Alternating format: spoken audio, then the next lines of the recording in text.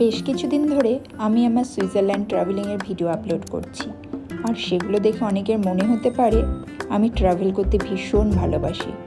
But believe me, আমি travel করতে অতটাও ভালোবাসি না। এ ব্যাপারে আমি অনেকটা পিকু মুভির অমিতাভ বচ্চনের মতন। নিজের ঘরে থাকবো, নিজের বেডে শোবো, বাস ট্রেন ফ্লাইট করে জার্নি অতটাও পছন্দ নয়। কিন্তু আমার হাজব্যান্ডের ঘুরতে আবার খুব ভালো লাগে। ও পারলে মাসে মাসে বেরিয়ে পড়ে। সংসারে থাকতে হলে আমার একারটা চালালে তো হবে না, তারও কিছু কথা শুনতে হবে।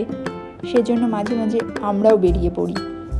এখন যখন বেরিয়েই পড়ি আর জানা থাকে যে অনেকটা এনার্জি আর টাইম ব্যয় হবে, তখন নিজের 100% দিয়ে আমি ট্রিপটাকে এনজয় করি।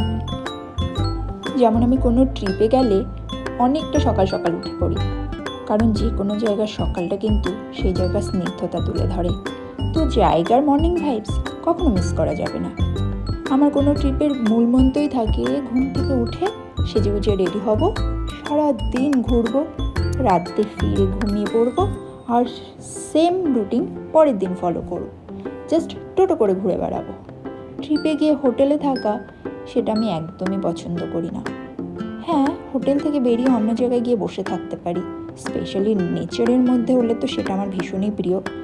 বাট হোটেল অ্যাভয়েড করি।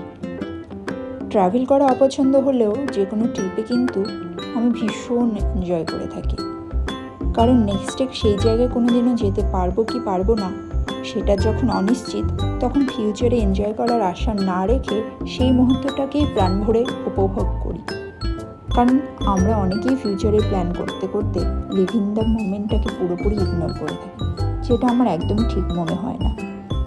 আমার সুইজারল্যান্ড ট্রিপের ডিটেলস জানতে চাইলে কমেন্ট সেকশনে জানিও। আমি আমার ট্রিপের ডিটেলস নিয়ে আবার আসবো।